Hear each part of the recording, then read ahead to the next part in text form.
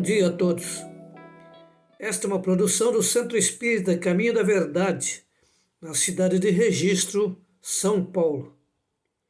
E a nossa proposta é levar esclarecimentos sobre o Livro dos Médiuns. Hoje vamos estudar juntos manifestações físicas de efeitos visuais. De todas as manifestações espíritas, a mais interessante, sem contestação possível, são aquelas por meio das quais os espíritos se tornam visíveis. Pela explicação deste fenômeno, se verá que ele não é mais sobrenatural do que qualquer um dos outros. E vamos verificar hoje um rol de respostas que os espíritos forneceram a respeito das manifestações visuais. Podem os espíritos tornarem-se visíveis? Podem, sobretudo durante o sono. Entretanto, algumas pessoas os veem acordadas, porém isto é mais raro. Pertencem mais a uma categoria do que a outra os espíritos que manifestam fazendo-se visíveis? Não. Podem pertencer a todas as classes acima, mais elevadas como as mais inferiores. De todos os espíritos, a todos os espíritos é dado manifestarem-se visivelmente.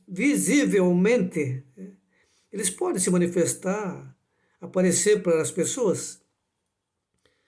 Todos podem, mas nem sempre têm permissão para fazê-lo. Poderá aquele a quem um espírito apareça travar com ele conversação? Perfeitamente. E é mesmo isso que se deve fazer em tal caso, perguntando ao espírito o que ele é, o que deseja, em que podemos lhe ser útil. Se se tratar de um espírito infeliz e sofredor, a comiseração que lhe testemunhar o aliviará. Se for um espírito bondoso, poderá acontecer que traga a intenção de nos trazer bons conselhos. Então, se tivermos a oportunidade de vermos um espírito, na nossa frente, o que temos que fazer é conversar com ele, como conversaríamos com qualquer pessoa. Naturalmente, se o nosso sistema orgânico permitir, Porque por instinto tem pessoas que sentem a ânsia de sair correndo. E tem outros que sofrem um desarranjo intestinal, E não vão conseguir nem falar, só começa a gaguejar. Por que razão certas visões ocorrem principalmente quando se está doente? Elas ocorrem do mesmo modo quando estamos em perfeita saúde. Simplesmente no estado de doença, os laços materiais se afrouxam. A fraqueza do corpo permite maior liberdade do espírito, que então se põe mais facilmente em comunicação com outros espíritos. A pessoa está acamada, se acha enferma, os laços da resistência corpórea se afrouxam e por vezes ela começa a ver aqueles que não estão mais no plano físico.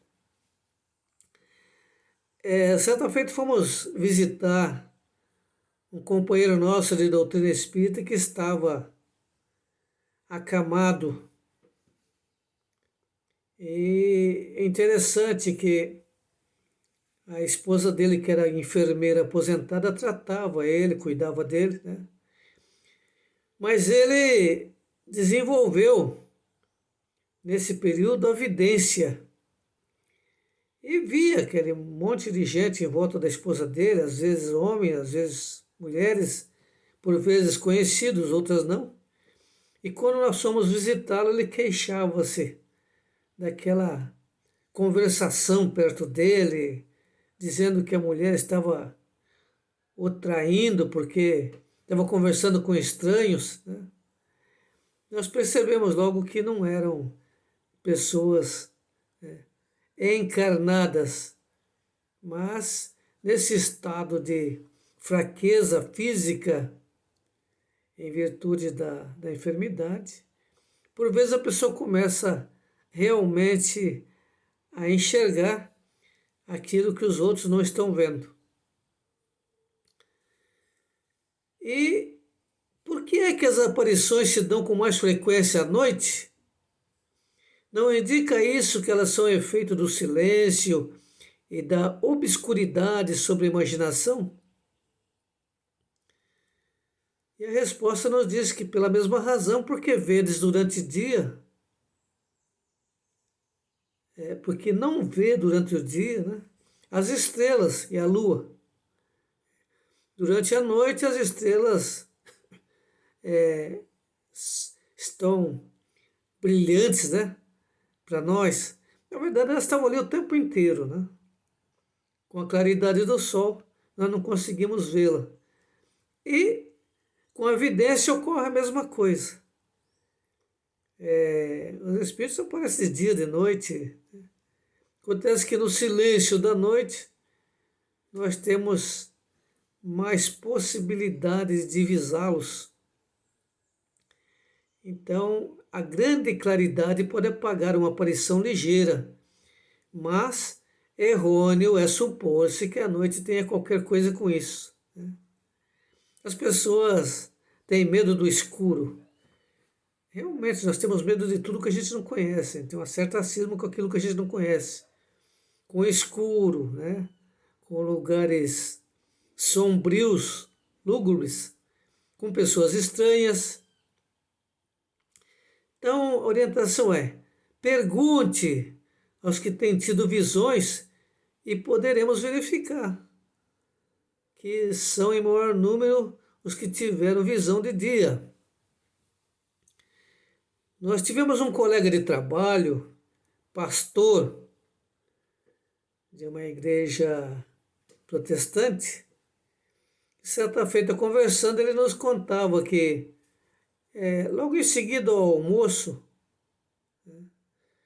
foi tirar aquela soneca, né, fazer a cesta, e estava ali quase pegando sono, quando o cunhado dele entrou pela porta do quarto e começou a conversar com ele, perguntou da esposa e de uma filha, sendo que ele tinha 2 filhas, mas só perguntou de uma.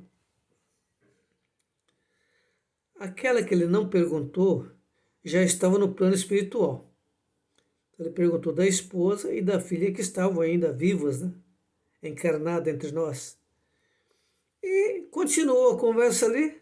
De repente o cunhado saiu porta fora e daí que ele teve um insight, né?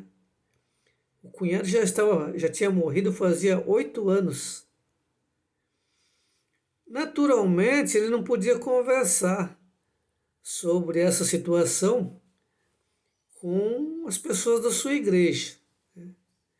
Porque como eles não acreditam em espírito, ia dizer que foi o diabo, né, que esteve falando com ele. Então ele veio conversar com a gente, e eu então expliquei para ele que ele conversou com o cunhado dele. E ele queria saber por que o cunhado perguntou de uma filha e não da outra, né? E ao saber que a filha que ele não perguntou já havia desencarnado, então ficou clara a situação.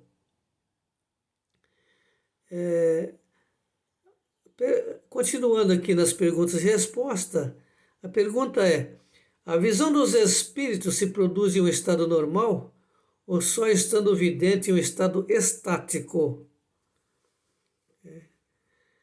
Estático é aquele estado que a gente está assim meditando, parado, né? Aquele olhar no infinito. E a resposta é: pode produzir-se achando-se este em estado perfeitamente normal. Entretanto, as pessoas que os veem se encontram a miúde em um estado próximo do êxtase.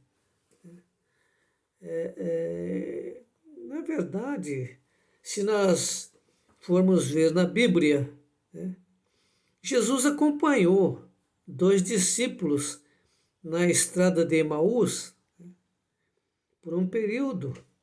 E eles não perceberam que era Jesus. Jesus já tinha sido crucificado. Então, esse é um testemunho na Bíblia, né? Para aqueles que duvidam. E a pergunta, outra é: os que veem os espíritos, veem com os olhos físicos? E a resposta diz: assim eles julgam, mas na realidade é a alma quem vê, o que prova que podem ver com os olhos fechados. Por exemplo, uma pessoa que está em estado de coma, num leito de hospital, ela por vezes descreve conversas e situações que ela viu em outros compartimentos do hospital. Daí a orientação para nós é que quando formos visitar um doente e que falarem que ele está em coma, precisamos tomar cuidado com o que a gente comenta ali no quarto, né? Nem por brincadeira deve se falar que está na última, ele está registrando. E ao retornar da sua enfermidade, daquela situação de estado de coma, ele vai lembrar da conversa que tivemos, às vezes até mesmo lá na recepção do hospital.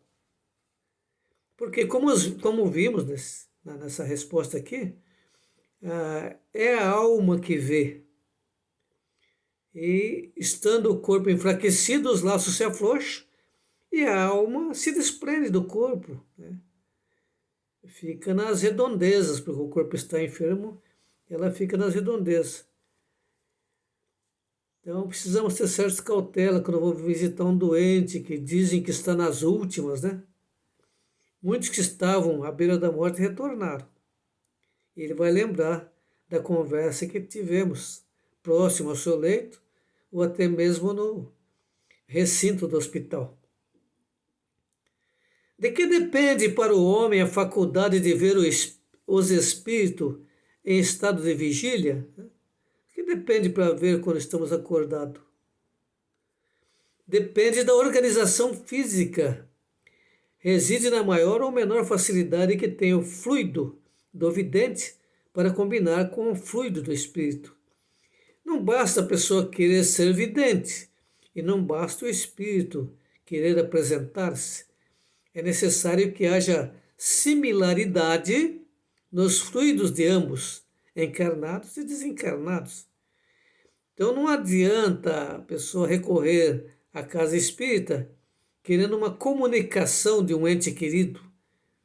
Geralmente quando há um desenlace, né, a pessoa passa por ente eterno, as pessoas buscam o centro espírita querendo uma comunicação, né, para matar a saudade, coisas que não foi dita. Não é assim que funciona, né?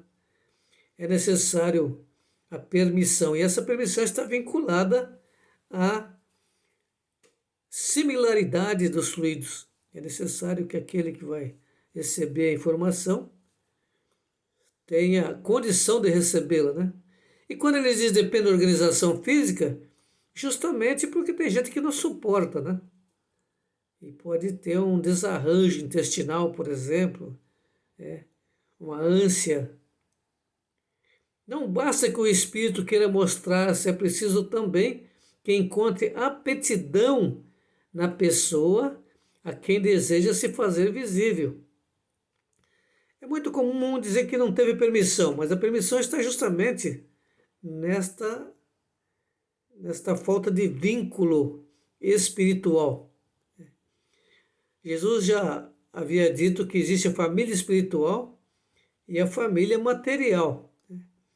Quando foram dizer para Jesus, tua mãe e teus irmãos estão aí? Foi o que ele respondeu. Se não há vínculo espiritual, não há por que trazer notícia, né, para aquele que está buscando. As aparições propriamente ditas se dão quando o vidente se encontra em estado de vigília e no gozo da plena liberdade de suas faculdades. É preciso que ele esteja bem, né, para receber. Quando as pessoas passam no tratamento na casa espírita, via de regra, quando se trata de uma obsessão, né, o pessoal falam de forma equivocada, encosto, né? Põe no centro porque está com encosto. Na verdade, a pessoa quer saber o que foi dito lá na doutrinação. Mas será que ela está preparada para ouvir? Porque muitas vezes ela se queixa que está com encosto e lá dentro o Espírito fala que a pessoa é que é o encosto, né? Não para de reclamar, não para de chamar pelo nome daquele que já partiu. Então, o que nós temos que fazer diante de uma situação de desenlace de um ente querido é desejar que ele esteja bem, orar por ele. Quando o Espírito aparece para a pessoa, é quase sempre uma claridade embranquiçada, cujos contornos, pouco a pouco, vão se desenhando. Outras vezes, mostram-se nitidamente acentuadas, distinguindo-se os menores traços da fisionomia, de tal forma que é possível fazer-se da aparição uma descrição completa. Ele era assim, desse jeito, né? Era loiro, era moreno, era negro, né? E os gestos, o aspecto, são semelhantes aos que tinha o espírito quando vivo. Então, não há novidade nenhuma quando a aparição, né? Por vezes não é total aparição por falta justamente de similitude entre os fluidos que não se combinam muito bem. Quando há esta afinidade fluídica, aí é possível conversar, descrever, né? Quem sabe se já não conversamos com alguém que não está mais no plano físico, né? Isso acontece. Se formos lá na Bíblia ver sobre Tobias, teve um anjo que andou com Tobias vários dias protegendo ele. Ele pensava que era uma pessoa, né? Que estava encarnada. Então é só ver na Bíblia o anjo de Tobias. Coisa interessante é que, salvo circunstâncias especiais, as partes menos visíveis são os membros inferiores, enquanto que a cabeça, o tronco, os braços e as mãos são sempre claramente desenhados. Daí vem que quase nunca são vistos a andar, mas a deslizar como sombras, né? Quando a gente vê uma imagem de um anjo inteiro, a imagem inteira de um anjo, a gente dificilmente vê as pernas, né? Por quê? Porque não é necessário, né, para estabelecermos essa comunicação. Então, fica aí um pouco de informação sobre as manifestações visuais, que inclusive é das mediunidades uma das mais comuns. Por isso dissemos que talvez já tenhamos conversado com alguém que não está mais nesse plano e não tenhamos disso consciência. Haja visto que podem ter nos aparecido em sonhos. Quando acordamos falamos, tive um sonho. Será que foi sonho ou foi um encontro espiritual? Como dissemos, a nossa proposta nestes vídeos é levar esclarecimentos sobre o Livro dos Médiuns. Então participe, faça sua pergunta e estaremos respondendo na primeira semana de todos os meses. Que Jesus nos abençoe e permita que estejamos juntos em outras oportunidades.